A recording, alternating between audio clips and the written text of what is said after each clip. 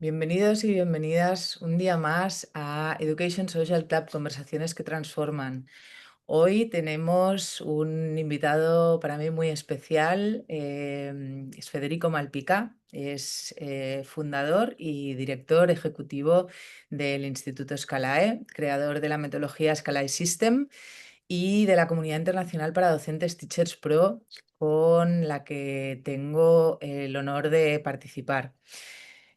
Es una apasionada del aprendizaje, la innovación, el impacto positivo. Disfruta viendo cómo las ideas se transforman en mejoras reales en los sistemas educativos. De pequeño imaginaba y creaba nuevos mundos, algo que sigue haciendo siempre que puede. No soporta que le digan que algo es imposible, pero lo afronta con paciencia. Además, le gustaría que la educación valorara más el aprendizaje en sí, más allá de los resultados. Y una pequeña alegría para él es ver cómo una idea cobra vida. Si pudiera desaprender algo, sería la mentalidad transaccional para abrir espacios a relaciones más auténticas y con sentido. Bienvenido, Federico. Un placer tenerte aquí. Muchas gracias, Luisa. Placer poder compartir contigo y con la audiencia sobre estos temas que nos apasionan. Gracias, gracias a ti por haber aceptado la invitación. En Education Social Club, como ya sabéis, cuestionamos la manera en la que aprendemos y enseñamos desde diferentes perspectivas, dependiendo de la persona a la que invitamos. Y en este caso, siempre acuerdo con los invitados cómo vamos a titular el programa, o sea, es un poco una co-creación del mismo. Y en este caso, pues decidimos llamar el programa Formar para transformar el reto de la educación. Em, Me gustaría iniciar, como siempre, un poco me voy como al origen, ¿no? Antes de ponernos a hablar de datos y de otros temas. Me gustaría mucho saber, o que, Federico, que nos explicaras qué entendemos realmente, o qué entiendes, mejor dicho, qué entendemos realmente por desarrollo profesional, más allá de los recursos de formación tradicionales.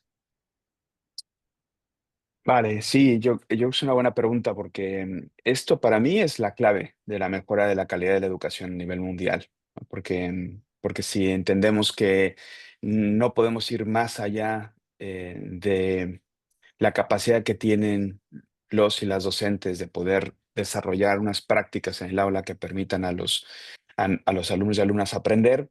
Por tanto, ¿cómo desarrollamos estas capacidades, no? Esa es la gran pregunta, ¿no? Y yo creo que, bueno, y además en un entorno no altamente complejo como es el que tenemos hoy día, ¿no? Que las cosas no son estables, sino que van cambiando y además a un ritmo muy, muy acelerado. Entonces, en esta complejidad, pues nos movemos y tenemos que pensar cómo seguimos desarrollando esas capacidades, ¿no? Y actualmente, yo creo que el desarrollo profesional docente no es solo hacer cursos. Sería una parte, digamos, ¿no? Pero no podemos reducir el desarrollo profesional, decir, no, ¿cuántos cursos has hecho este año, digamos, ¿no? Porque, porque el tema de los cursos es que te da una pequeña parte, em, que tiene que ver más con informarse sobre algunos temas, pero realmente lo que se trata aquí es de desarrollar la práctica, transformar la práctica y sobre todo transformar lo que pasa dentro de las aulas, ¿no? Y a mí me parece que la cultura actualmente que yo he visto en general, obviamente hay excepciones y tal, pero en general se ha vuelto una formación, digo formación permanente, no, después de la formación inicial, cuando ya están en el ámbito, digamos, de trabajo, se ha vuelto muy transaccional, digamos, muy de, mira, yo asisto a los cursos, tú me das un reconocimiento, eso me permite pues tener puntos o acceder a tener más empleabilidad o acceder a ciertos puestos o lo que sea, ciertos trienios o como le queramos llamar, y por tanto es un tema de transacción, pero realmente se queda, digamos, en eso, ¿no? En simplemente asistir y tener puntos, pero muy poco de eso realmente acaba en las aulas, ¿no? Y de hecho, por ahí se habla de una cosa que llaman la eficacia terminal de la formación, como em, digamos, cuántos terminan el curso, ¿no? Porque claro, en esta transacción lo importante es que termines el curso y te pueda dar tu certificado, ¿no? Pero a mí me parece que eso está mal planteado, ¿no? No deberíamos hablar de la eficacia terminal de la formación en términos de cuántos terminan el curso, sino en términos de cuánto de ese curso acaba en las aulas, termina en las aulas, ¿no? La eficacia terminal es cuánto de ese curso termina en las aulas, porque el curso no es el objetivo, el curso es un medio. O sea, lo importante, el objetivo aquí es transformar lo que pasa dentro de las aulas, cuánto realmente acaba en las aulas. Y para mí esa es la clave, o sea, cuánto realmente los docentes pueden transferir al aula de todo eso que están aprendiendo, ¿no? Y aquí para mí esa es la clave. Y, y yo creo que aquí es donde tenemos que poner el acento. Y eso para mí sí que es la verdadera, digamos, formación docente como un proceso continuo, como un proceso transformador, como un proceso de desarrollo profesional que no puede ser solamente un curso aislado, voy de vez en cuando, ¿no? Para mí eso le llaman formación continua, pero yo digo que eso es formación discontinua, ¿no? O sea, a veces hago algo, a veces ya no hago nada, de repente vuelvo a hacer algo, de repente ya no hago nada, y deberíamos de transformar eso en un verdadero proceso de formación continua, que significa que siempre estoy trabajando, no necesariamente yendo a cursos todo el tiempo, sino que yo estoy transfiriendo al aula, estoy practicando, estoy reflexionando sobre la práctica, estoy dialogando con otros, vuelvo a practicar, vuelvo a reflexionar de la práctica, vuelvo a dialogar y poco a poco voy desarrollando esas competencias. Además, yo creo que esa es la manera natural de aprender que tenemos. Mm, Y a veces queremos hacerlo con nuestros alumnos, pero se nos olvida hacerlo también con nosotros mismos como docentes, digamos, ¿no? mm, Y yo creo que ahí es donde está un poco la clave, digamos, ¿no? ¿Cómo hacemos para llevar eso al aula? Y si quieres, pues hablamos de lo que está pasando hoy con los cursos de formación, porque realmente no lo estamos consiguiendo, ¿eh? O sea, dicen, o sea, la bibliografía que hay, la evidencia, los estudios que hay hoy día, dicen que solamente se transfiere al aula, según estudios que veas, entre un 5 y un 15% de la formación que se hace. mm. O sea, de toda la formación que se hace hoy día, lo que realmente acaba transferido al aula es entre un 5 y un 15%, ¿no? Entonces es una transferencia bajísima. O sea, para mí, como eficacia terminal de la formación, decir hoy es un 15%, es que es como decir que el 85% de todos los recursos que se utilizan para hacer formación docente, realmente eso nunca acaba en las aulas. Los alumnos nunca disfrutan de eso. Mm, ¿Para qué sirve eso? Es lo que yo digo, ¿para qué sirve tanto esfuerzo, para que al final solamente el 15% acabe aquí, ¿no? Yo creo que ahí es donde está el tema, ¿eh? Sí. Jolín, gracias por esta respuesta tan, desde tantas perspectivas. Estos son temas que, bueno, como hemos comentado, lo hemos comentado varias veces y es súper importante entender el desarrollo profesional docente como un todo y sobre todo que me ha gustado la diferencia o la apreciación que has hecho con esta eficacia terminal de la formación, ¿no? Porque realmente, ¿qué acaba implementándose en el aula? He recogido algunos datos porque de Talis, del estudio de Talis de 2018, porque el de 2024 sale en octubre, vamos a ver si han cambiado los datos, pero habla, para los que no conozcáis el estudio Talis, que seguramente conoceréis el estudio PISA. Talis es también un estudio de la OECD o de la, bueno, perdón, que lo he dicho en inglés, de la OCDE, em, que es el Teaching and Learning International Survey, el estudio internacional sobre enseñanza y aprendizaje, que dice que, por ejemplo, yéndonos a la educación inicial, solo el 48% de los docentes se siente bien preparado tras la formación inicial versus un 79% de la OCDE, ¿no? Y después hay otro dato que también me ha parecido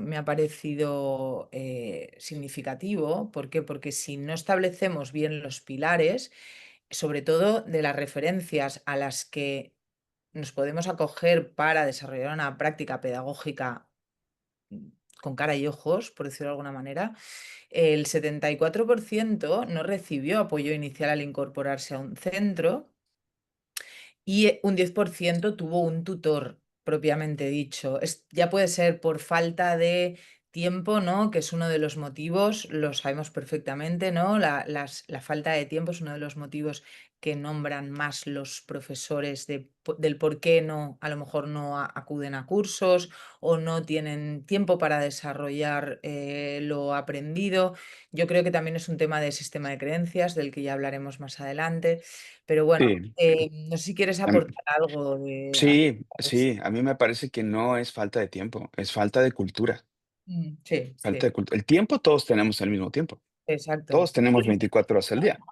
O sea, no es falta de tiempo, es en qué utilizamos el tiempo y eso tiene que ver con la propia cultura, con lo, como tú decías, con el sistema de creencias y de valores de la institución, con Mm, a qué le dedicamos tiempo, porque le dedicamos tiempo a lo que le encontramos valor, digamos, ¿no? Y mm, por tanto, y esos valores vienen del sistema de creencias de lo que entendemos que tiene valor y lo que no. Y claro, mm, no le estamos dedicando tiempo a una cosa que tiene mucho valor y posiblemente le estamos dedicando mucho tiempo a cosas que no tienen tanto valor. Y por eso al final no nos alcanza el tiempo. total. Entonces, no es una falta de tiempo, es una falta de cultura institucional. Mira, yo lo explico yo siempre porque, claro, nosotros vemos mucho nuestra profesión, ¿eh? Pero ¿qué pasa en otras profesiones? O sea, las profesiones top a nivel mundial, las que más están avanzando, las que esos profesionales, digamos, también los sueldos también difieren muchísimo de los de la educación y todo, pero esas profesiones, ¿cómo se forman esos profesionales, eh? En el ámbito de la salud, ¿no? Los médicos, los ingenieros aeroespaciales, gente de este estilo, digamos, ¿no? O sea, es una cuestión de cultura profesional, ¿eh? O sea, tienen sistemas muy avanzados de formación permanente. O sea, nadie de estas profesiones piensa, ya acabé la formación inicial, ya estoy preparado, ¿no? O sea, Mm, piensan, ya, o sea, estoy preparado, pero yo tengo que seguirme formando toda la vida. Y por tanto, vamos a dedicarle tiempo a esto. Y es parte de su tiempo, de su horario laboral, pero obviamente no es una cuestión no solo personal. El sistema pone las condiciones para que eso suceda. Y cuando digo sistema es su propia organización. Pone sí, las condiciones y por tanto hay tiempo, hay espacios, hay soporte. En estas profesiones, por ejemplo, lo que tú decías, o sea, reciben una mentoría, un feedback permanente, mm, a través de una mentoría, de una tutorización, de un profesional, alguien les ayuda. Y mm, eso, porque mm, eso dice la ciencia, o sea, el profesional mejora, los profesionales mejoramos cuando recibimos feedback constante sobre nuestra práctica, ¿vale? Eso hay que garantizarlo. Son condiciones que hay que garantizar. Esos profesionales normalmente aprenden con otros profesionales. O sea, aprenden de otros y con otros y son capaces de compartir y de dar y de recibir apoyo, de dar y recibir retroalimentación. Eso es importantísimo. Nosotros en nuestra investigación, pero siempre que preguntamos a docentes y equipos directivos también, ¿cuál es la experiencia de aprendizaje más significativa que has tenido en tu vida profesional? ¿Sabes qué nos dicen? Cuando he podido aprender con otros. claro, pues somos Es lo que seres, nos dicen. somos, A veces dicen, no fue en un curso, ¿eh? Fue haciendo un proyecto con no sé quién, fue a visitar a no sé cuántos.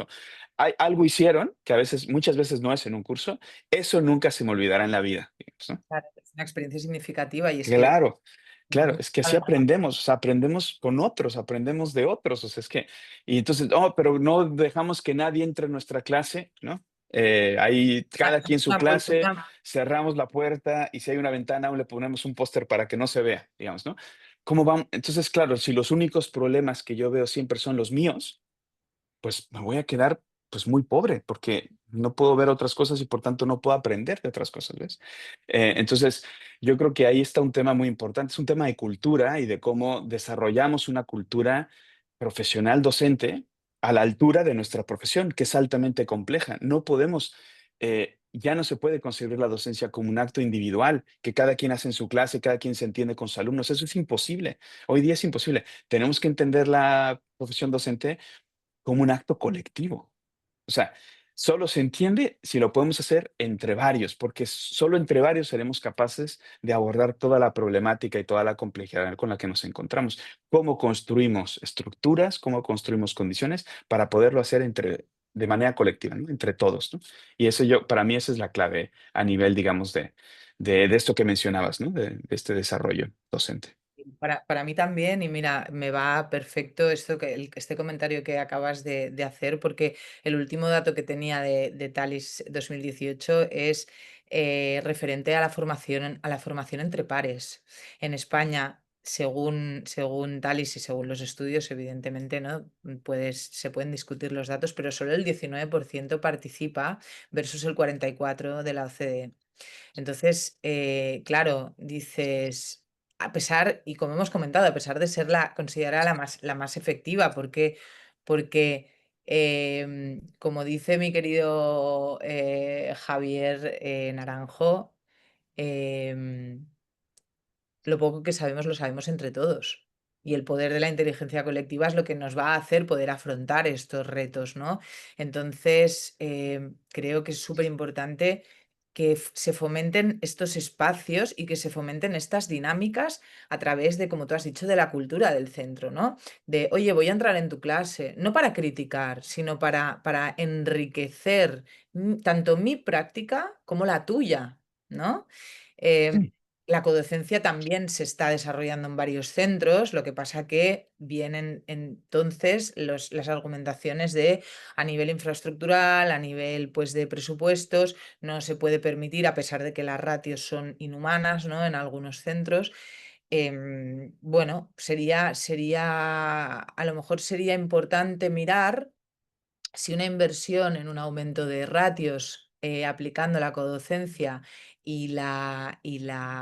o la formación o espacios formativos entre pares, saldría más a cuenta que el 50% del profesorado en España sufra de síndrome de burnout, ¿no? Ya. Y cómo se equilibra el tema con el tema de las bajas. Adelante. Bueno, sí, es que realmente yo creo que precisamente si pudiéramos fomentar una cultura más colectiva, también podríamos ir solucionando poco a poco este tipo de problemáticas, porque yo creo que parte, digamos, de esta sensación de agobio, además de toda la burocracia excesiva y muchas veces totalmente inútil que les hacemos hacer a los docentes, Ujú, la otra tiene que ver también con la soledad. Es curioso porque es una profesión donde todo el tiempo estamos con personas, pero digamos, profesionalmente es una profesión muy aislada, aún muy aislada. Podríamos ser, podríamos compartir mucho más de lo que compartimos. Y ahí sí, tenemos que hacer una autocrítica a nivel docente y a nivel también de equipos directivos y de entidades educativas. Hasta realmente estamos construyendo una verdadera comunidad profesional de aprendizaje en nuestra institución. ujú, Para mí, el mejor vehículo que yo he encontrado para poder desarrollar procesos de innovación y de mejora, digamos, sostenible en educación, tiene que ver con las comunidades profesionales de aprendizaje, ¿no? O sea, comunidades de colegas que seamos capaces de em, autogestionarnos, ¿no? Que seamos capaces de aprender unos con otros, que seamos capaces de revisar nuestra práctica, de desarrollar metodologías colectivas, ¿no? Porque entre más consistente sea nuestra práctica, como nadie tiene a los alumnos todo el tiempo, y además tenemos, como tú decías, muchos alumnos en clase, por tanto, la única manera de hacerlo es entre todos, ¿no? Porque ujú, si entre todos hacemos una práctica muy consistente, pues yo aporto una parte, tú aportas otra parte, él aporta otra parte, yo aporto otra parte, y entre todos conseguimos que nuestros estudiantes estén suficientemente estimulados a lo largo de todo su proceso, ¿no? Y funciona. Y hay muy buenos ejemplos de instituciones que logran cosas magníficas, con ratios muy altas, con escasos recursos, en ujú, situaciones complejas, y aún así logran tener unos excelentes resultados. Entonces, sí es factible hacerlo, pero claro, no se da así nada más porque alguien lo diga. O sea, han hecho un esfuerzo, han reorganizado, se han reorganizado, trabajan en colectivo, aunan los pocos recursos que tienen para que eso funcione de manera muy eficiente, digamos, ¿no? Y entonces, yo creo que va un poco por aquí. O sea, ¿qué tanto podemos hacer juntos, ¿no? Y cómo construimos esa comunidad personal de aprendizaje. Tú decías lo de entrar en el aula y lo de compartir con otros. Y yo creo que está muy bien, pero eso tiene ciertas reglas, ¿no? O sea, si si yo entro en el aula de otro docente, pero antes, no hemos acordado algo en común, ya, entonces es cuando comienzan las reticencias, ¿no? Si vamos a una presentación de buenas prácticas, pero cada quien presenta su práctica, que a mí me interesa muy poco, porque no es lo que yo hago en el aula, ni lo que me interesa hacer, ni lo que creo que se debe de hacer, y por tanto, pues escucharé educadamente y aplaudiré, pero realmente allá habrá muy poco aprendizaje, ¿no? Para que esto realmente funcione, antes de hacer todas estas presentaciones de buenas prácticas, observación en el aula, etcétera, debería de haber primero acuerdos, por acuerdos supuesto. metodológicos, ¿no? Y eso es un poco que nosotros fomentamos mucho en el Instituto Escala y fomentamos mucho que la previa de todo esto, Mm, o sea, dicho de otra manera, no puede haber comunidad si no tenemos nada en común. Bueno, claro. si nada más nos juntamos así, reunión de comunidad, nos juntamos aquí que para que cada quien venga a hablar de su libro, eso no va a funcionar. O ahora vamos a hacer observación y vamos a empezar a entrar en las aulas, eso no va a funcionar. O sea, primero tenemos que tener algo en común, tenemos que crear comunidad. ¿Y cómo creamos comunidad? A través de nuestra práctica, la práctica común. Vamos a ponernos de acuerdo en algunas cosas, obviamente no en todo, pero vamos a Mm, ponernos de acuerdo en algunas cosas que puedan aterrizar el modelo educativo de nuestra institución, que estén bien alineadas con el tipo de perfil, digamos, de salida o de resultados de aprendizaje, finalidades de aprendizaje que queramos conseguir, y vamos a trabajar en las aulas. Y cuando nos hayamos puesto de acuerdo y comencemos a trabajar en eso en las aulas, entonces tendrá sentido, ¿no? Tendrá sentido que un día nos reunamos para compartir, a ver a ti, ¿qué tal te ha ido? Porque hemos hecho el compromiso ambos de implementar esto en el aula. Yo quiero saber a ti seguramente a ti te interesa también cómo me ha ido a mí y vamos a escuchar al otro y así podemos aprender. Ahí estamos aprendiendo porque tenemos algo en común. Entrar en las aulas con algo en común también funciona porque si los dos queremos, digamos, dominar esto en el aula, pues a mí me interesa ver cómo lo haces tú, a ti te interesará ver cómo lo hago yo. No es necesario que sea perfecto, solo es necesario que sea común.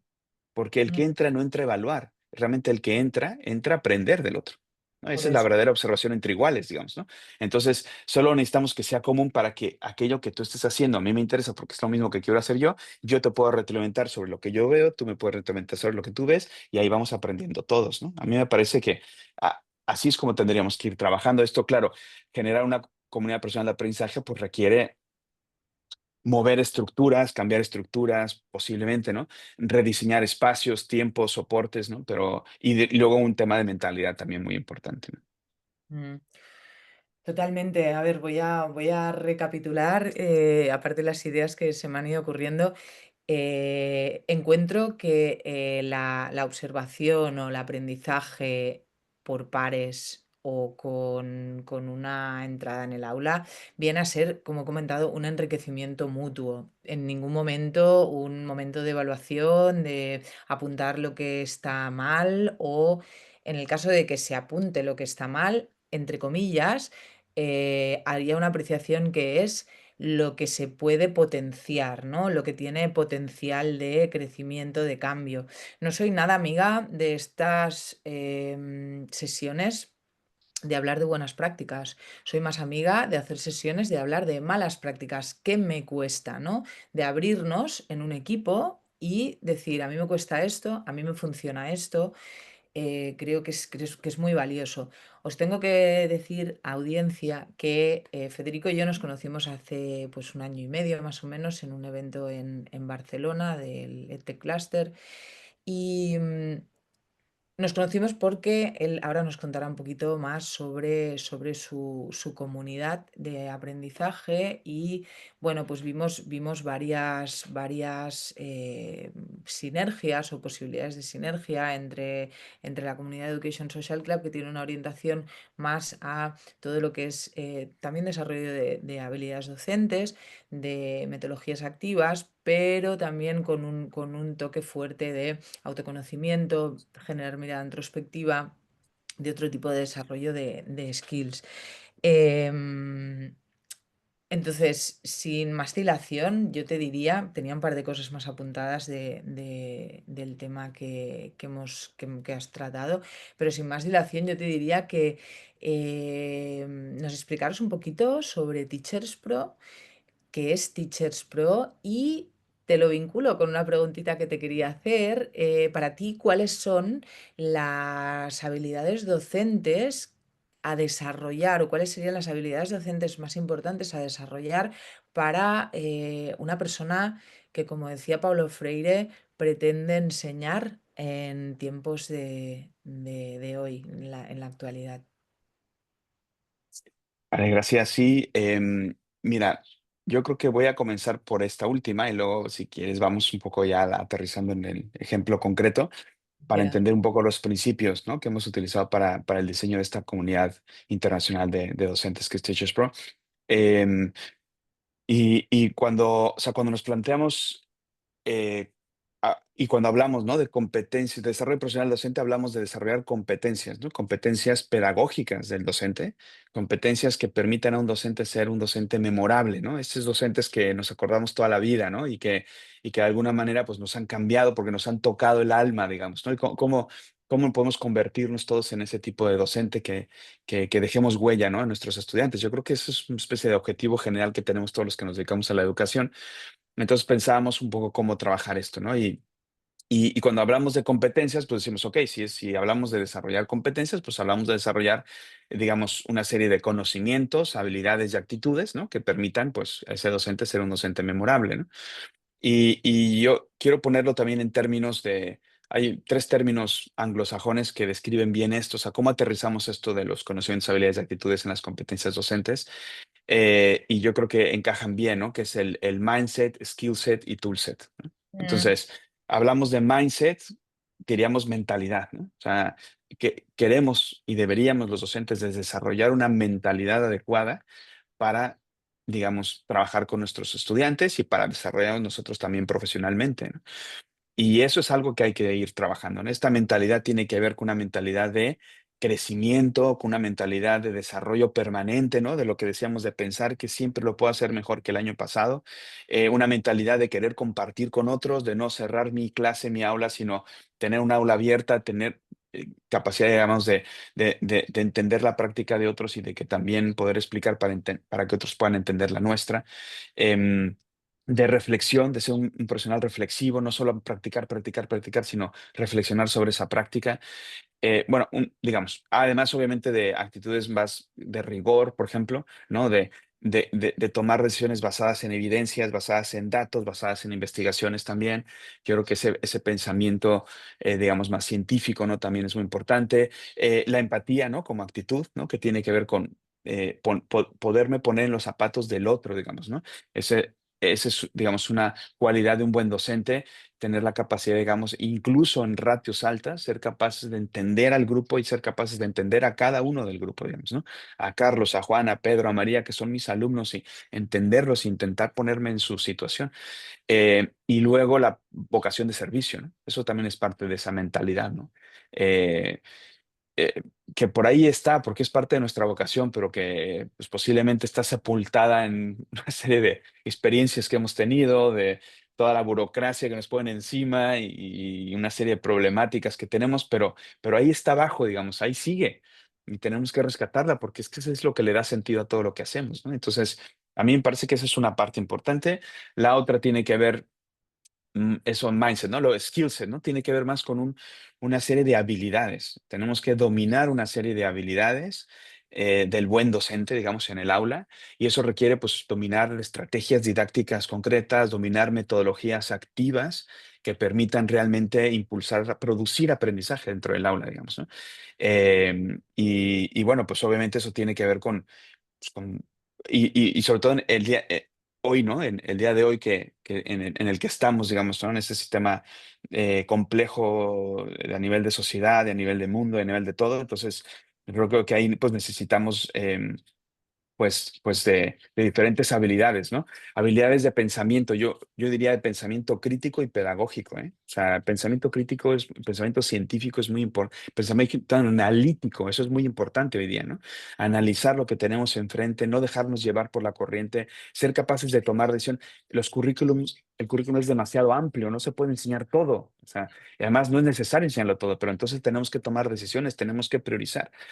¿A qué le damos más importancia? ¿En qué le damos más profundidad? Ahí tenemos un espacio de toma de decisión muy importante en función de los alumnos que tenemos delante. Entonces, toda esa parte para mí es importantísima, ¿eh? Yo, digamos, a nivel de habilidades, pensamiento crítico y pedagógico, a nivel de habilidades también la autorregulación emocional y la resiliencia. Eso para mí es súper importante porque precisamente en el contexto en el que nos encontramos, poder digamos, respirar tres veces, no reaccionar, digamos, ¿no? Entender mis emociones, entender la de los demás también, sostener una práctica en contextos desafiantes, digamos, ¿no? Eso es pues, muy, muy importante.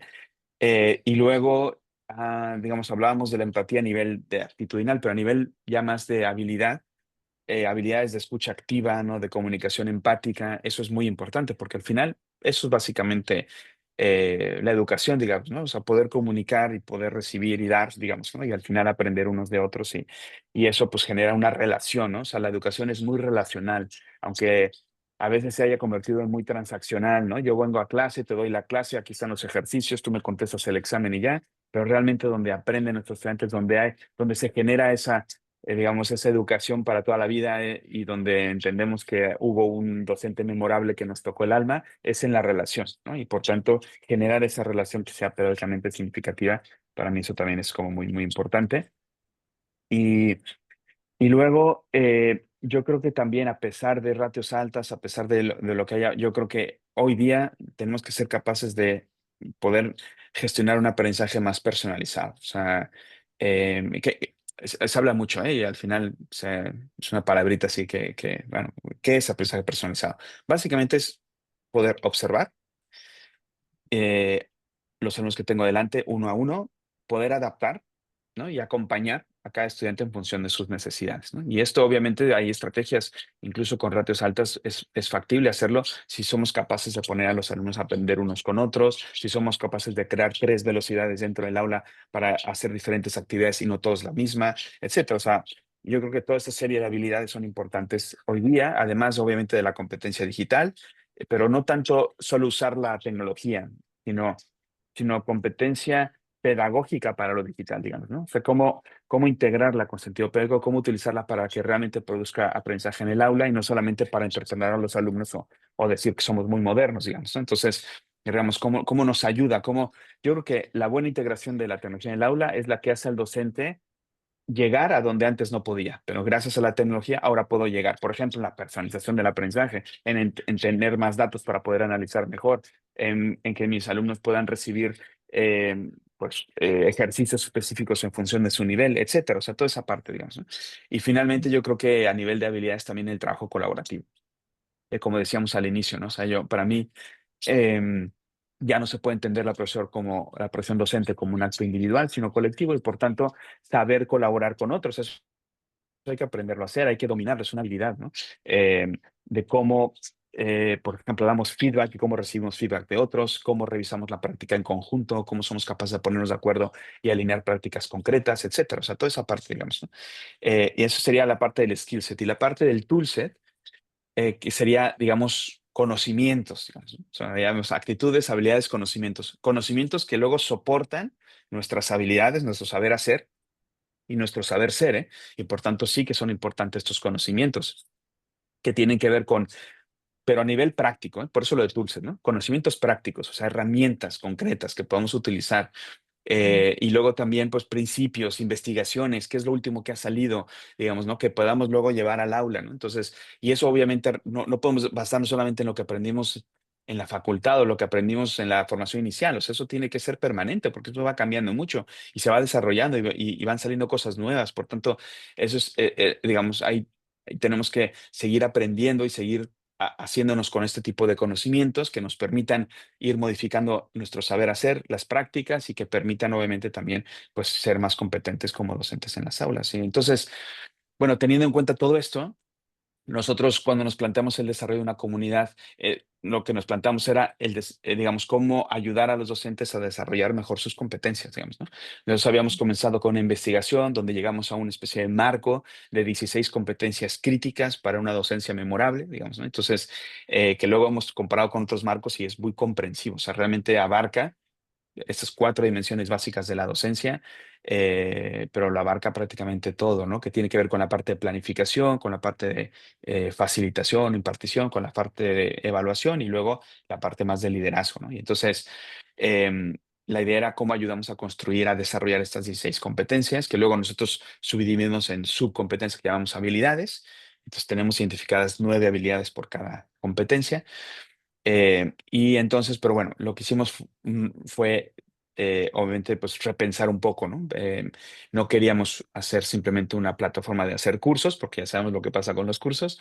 Lo que queríamos era desarrollo profesional docente. Entonces, pasar de cursos aislados a una verdadera eh, formación permanente o de esta formación para toda la vida, le dicen en inglés el lifelong learning, ¿no? Para ir aprendiendo permanentemente, ¿no? Y entonces, pues en Teachers Pro no hay cursos, no hay formadores, no hay grupos y no hay fecha de finalización.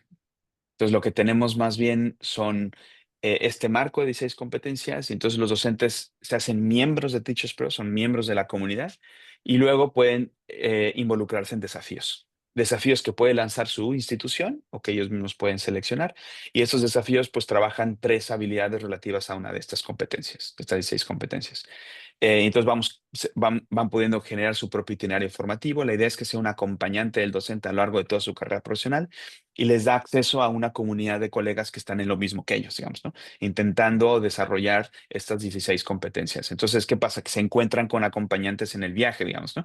Porque él también está haciendo lo mismo que yo, él también está, algunos son de su propia institución, porque las instituciones, pues, adquieren Teachers Pro para sus docentes, lanzan desafíos colectivos y por tanto, pues ya automáticamente tienes varios acompañantes que van en tu mismo camino, ¿no?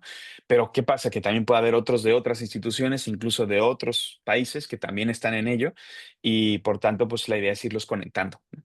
Conectando. Y eso es lo que teje un poco la comunidad, porque todos tienen un propósito común que es ir avanzando en ello, ¿no? Entonces, obviamente en esos desafíos tienen que trabajar cada una de esas habilidades y para ese desarrollo trabajamos la parte del toolset, o sea, la parte de conocimientos, donde tienen que hacer una serie de actividades en la plataforma para ir adquiriendo esos conocimientos, resolver un caso práctico, hay un simulador, hay hay un ejercicio digamos, de aplicación conceptual, etcétera.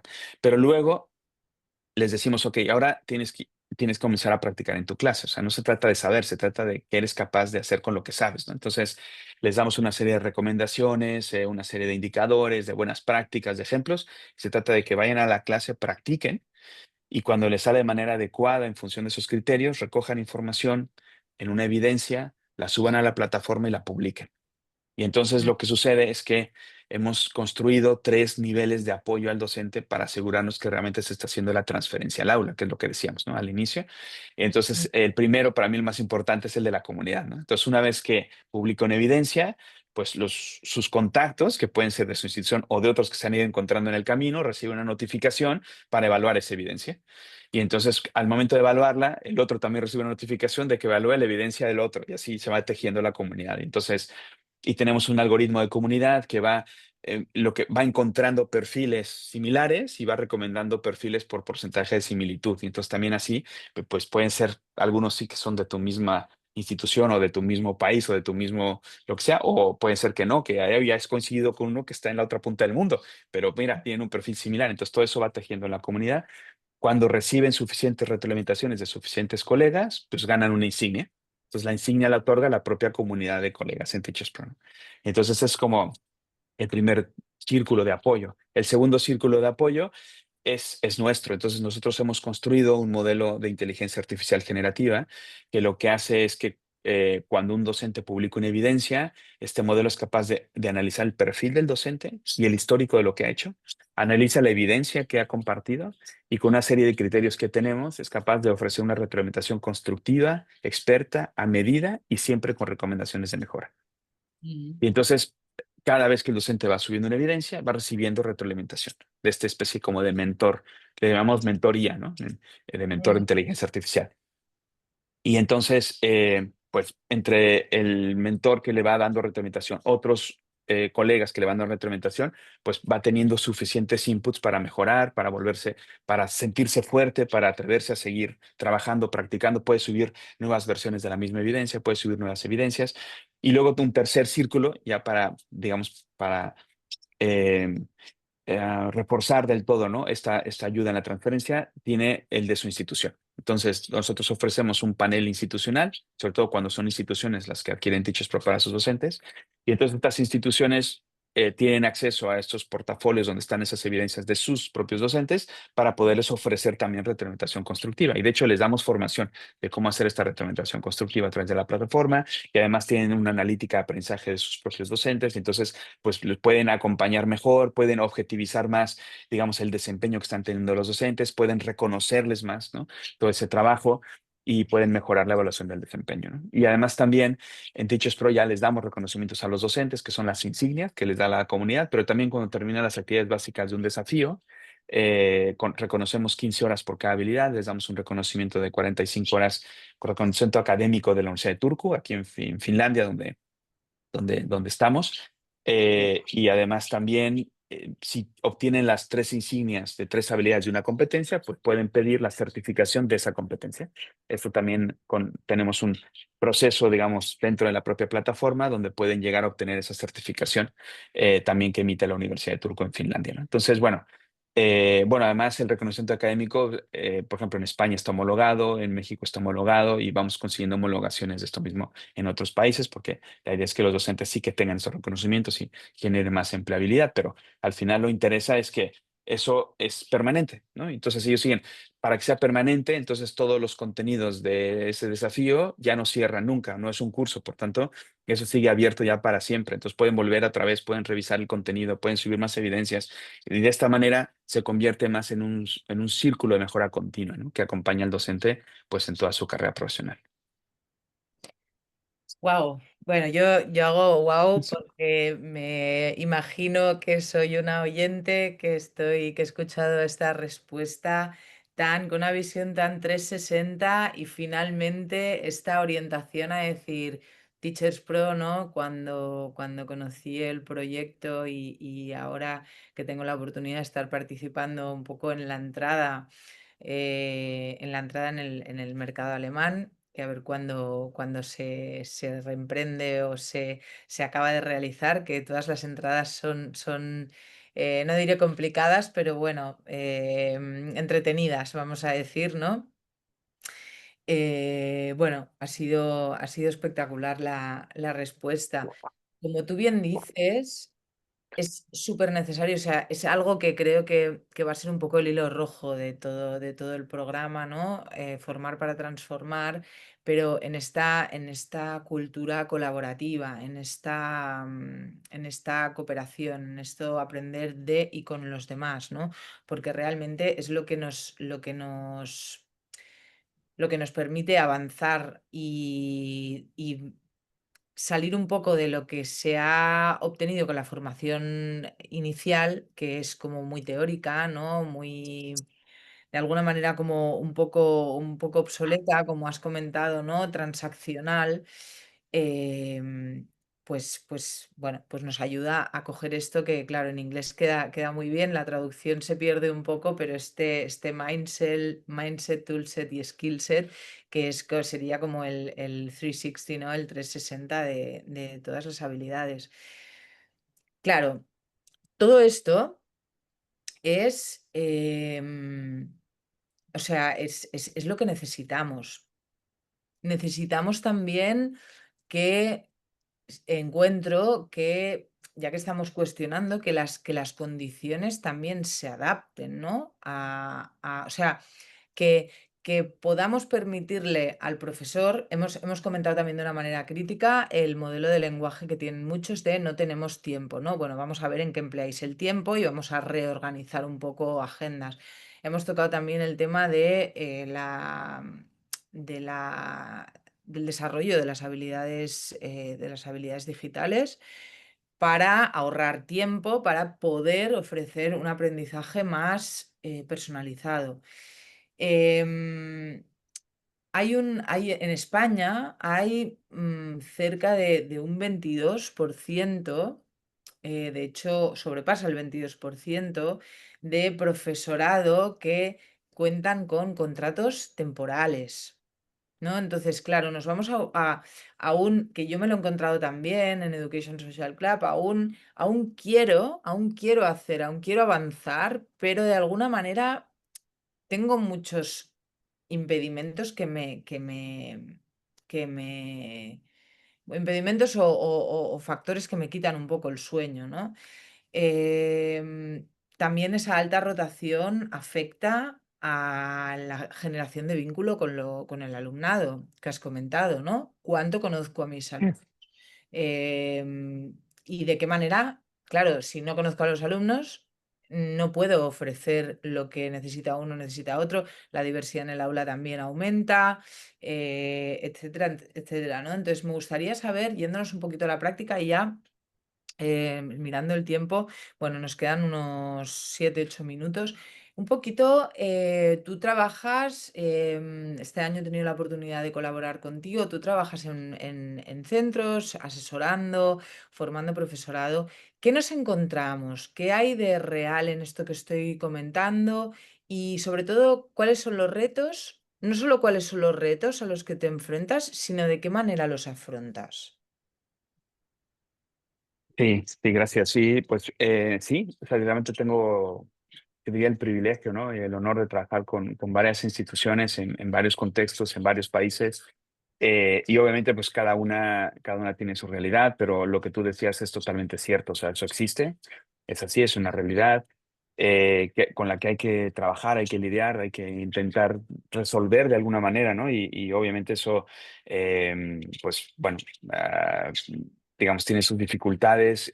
Yo siempre digo que o sea, en educación todo es factible. Lo que pasa es que no todo es factible en un año, ¿vale? Entonces, eso de inicio, o sea, tenemos que pensar que las soluciones tardan tiempo y necesitamos apostar por algo que sea sostenible, digamos, ¿no? Y que podamos sostener el tiempo suficiente para que eso se vaya asentando. También otra máxima es que una entidad educativa es un sistema complejo. ¿Vale? Es un sistema y es un sistema complejo. Los sistemas complejos tienen ciertas características que hay que entender. Porque cuando entramos con soluciones simples en problemas complejos, pues esto no acaba de funcionar bien, digamos, ¿no? Entonces, una solución muy concreta para algo muy concreto puede acabar, lo que hacen los temas complejos es que intentan mantenerse, automantenerse, ¿no? Y por tanto, lo que hacen es absorber los pequeños cambios para seguir igual, ¿no? Y entonces, eso se ve mucho en las entidades educativas. Entonces, para poder abordar, digamos, ¿no? Un cambio, una transformación, como decíamos, ¿no? Y un poco para ir cerrando con el título de esta charla, Mm, necesitamos, si queremos realmente transformar, esa es una palabra muy fuerte, porque transformar significa que tome otra forma, o sea, transformar, que se convierta en algo diferente de lo que era, o sea, eso es tocar el corazón mismo de lo que es la propia entidad educativa y la organización educativa, y por tanto, para realmente transformar significa que hemos conseguido cambiar completamente la naturaleza de ese sistema, ¿no? Y eso, obviamente, ¿qué necesitamos?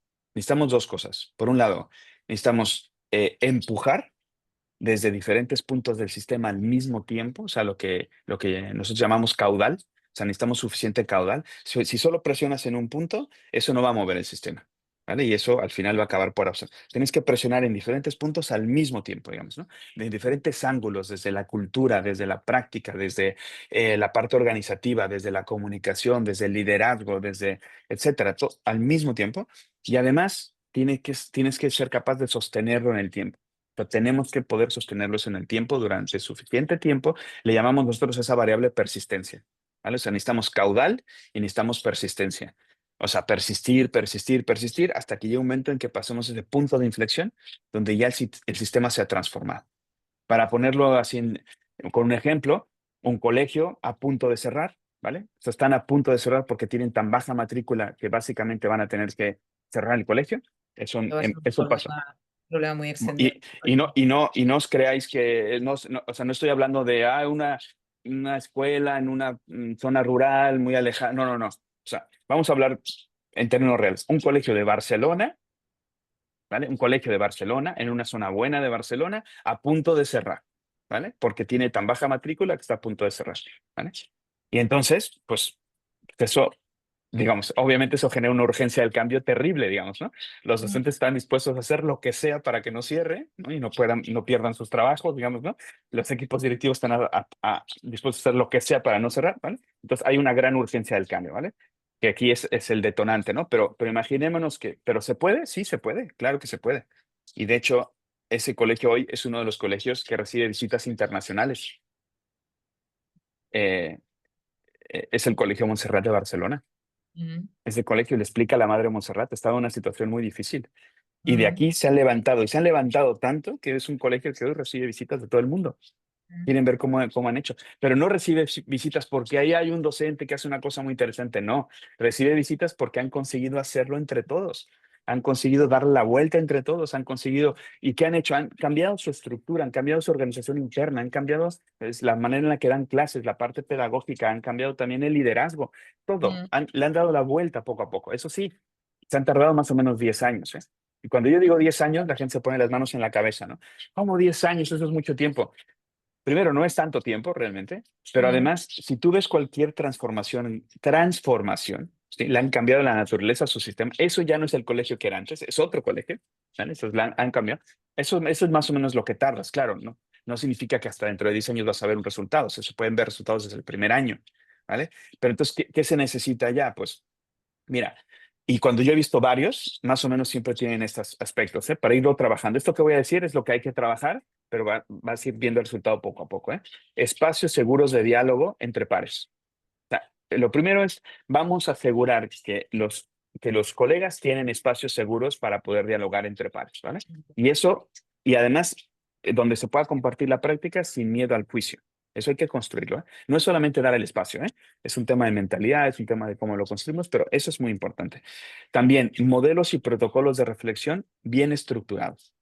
¿Vale? O sea, que es un poco lo que promovemos en Escala. O sea, ¿qué hacemos nosotros? Pues aportamos estructuras para que las propias instituciones a partir de aquí puedan construir su propia transformación. O sea, solo facilitamos estas estructuras, pero básicamente esas estructuras tienen que estar ahí, porque simplemente dar los espacios y pensar que los que van a ir allá, entre todos van a acordar algo, es muy difícil. Entonces hay que dar las estructuras, hay que tener, digamos, un lenguaje común, hay que tener una visión compartida del aprendizaje que queremos de nuestros estudiantes al finalizar la formación. Por eso esa es la utilidad que tiene el famoso perfil de salida o perfil de egreso.